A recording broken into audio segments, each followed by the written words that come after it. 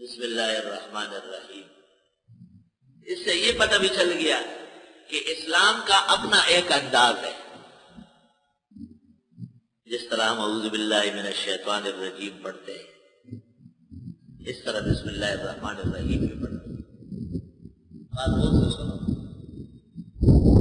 اسلام اپنی ادا اور اپنا شعار مستقل رکھتا ہے. تو یہ کہنا تو ٹھیک ہے کہ ٹیلی فون پر ہلو یہ فضول کلمہ ہے. ہلو ہلو کیا ہے؟ جی بسم اللہ السلام علیکم. ہلو ہلو کی ضرورت نہیں ہے.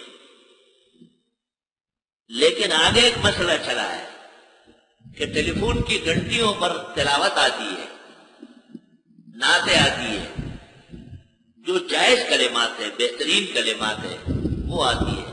بعض علماء نے ان کے خلاف فتویٰ لکھا ہے اور لکھا ہے کہ یہ بےدبی ہے، یہ سب فضول باتیں ہیں، یہ اسلام کو چھوٹا کرنے کی کوشش. یہ اختیاری چیز ہے، آپ بند کر دیں اسے. خیر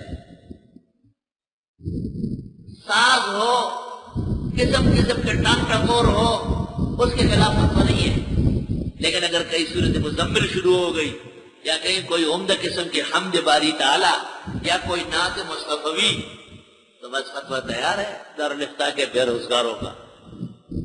بے روزگارہ میں نے احسن العلوم کے دارالفتاء کو کہا کہ اس کا رد کرو اور ثابت کرو کہ یہ درست اور صحیح. لکھ دیا ہے بس شے ہو گیا. اللہ اکبر و کبیرہ. جس وقت جناب نبی کریم صلی اللہ علیہ وسلم کی خدمت میں صحابہ کرام کا اجلاس ہوا کہ لوگ بڑھ گئے اور مدینہ منورہ میں پھیل بھی گئے. اب پتہ نہیں چلتا جماعت کے وقت کا، تو کوئی علامات ہونا چاہیے کہ ہمیں پتہ چلے کہ اب جماعت ہونے والی ہے. فَذَكَرُوا النَّارَ کا آگ جلائے تو قیل ہی للمجوس، یہ تو مجوسیوں کی علامت ہے. پھر کہا گیا ڈول بجائے جائے تو کہا یہ تو عیسائیوں کی ہے. کہا گھنٹال بجائے جائے کہ یہودیوں کا ہے.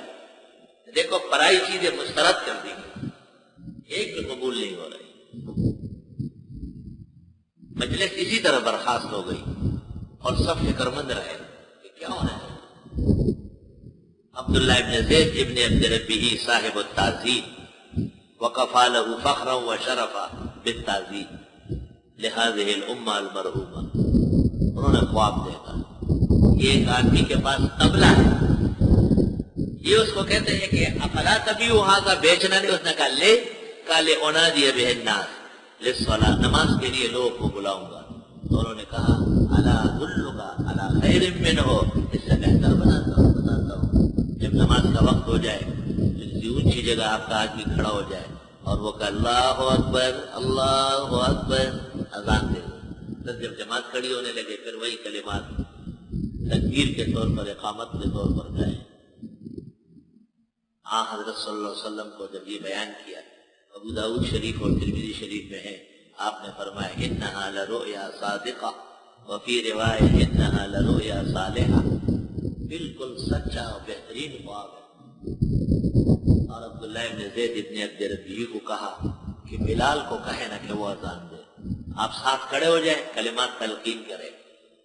اور پھر بلال کو کہا ضع رؤوس اصابعک فی سماخ اذنیک، اپنے انگلیاں کانوں کے سوراخوں میں ٹھونسو. آج کل مؤذن ایسا کرتے ہیں ہاتھوں پہ، بھائی توبہ صحیح موقع پہ کر لو، یہ توبے کی گھڑی نہیں ہے.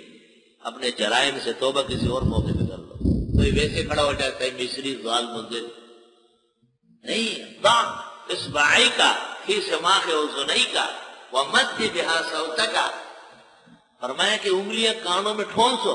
جب آدمی خود نہیں سنتا نا تو وہ چیختا بہت ہے. بہرا آدمی آہستہ بات کرنا نہیں جانتا. جی اچھا جی کیا ہے، یہ بہرا ہے، کان خراب ہے. تو جب آدمی خود نہیں سنتا تو وہ جہان کو سناتا ہے. مد بہا صوتک، آواز خوب بڑھاؤ.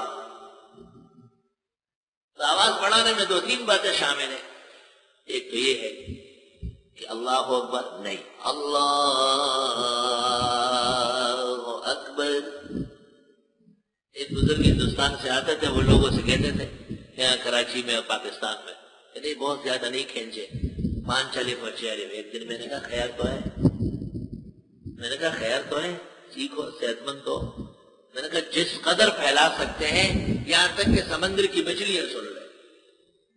تو مجھے کہا کہ پھر ایسے کیوں نہیں پڑھتے اشہد ان محمد؟ میں نے کہا یہ تو تغییر الکلمہ حرام قطعی ہے۔ جس کلمے کا کھینچنے سے ہیئت ختم ہوتی ہے اس کا کھینچنا حرام ناجائز ہے، تو طلبا غور سے سن لیں۔ لیکن جس کلمے کی ہیئت قضائیہ محفوظ ہے، مد بہا صوتا کا جتنا کھینچ سکتے ہیں کوئی حرج نہیں ہوگا۔ اہل سنت اذان اور پیغمبر کو پسندیدہ۔ بعض لوگ اذان میں تجوید کی بھی کوشش کرتے ہیں، تو اس کے حسن کا انکار نہیں، لیکن یہ ضرورت نہیں ہے۔ ضرورت تجوید للقرآن ہے، لا للعربیہ ہے، ورنہ پھر بخاری شریف بھی اور ترمذی شریف بھی تجوید سے پڑھی۔ وَلَمْ يَقُلْ بِهِ أَحَدٌ مِّنَ السَّلَفِ فَضْلًا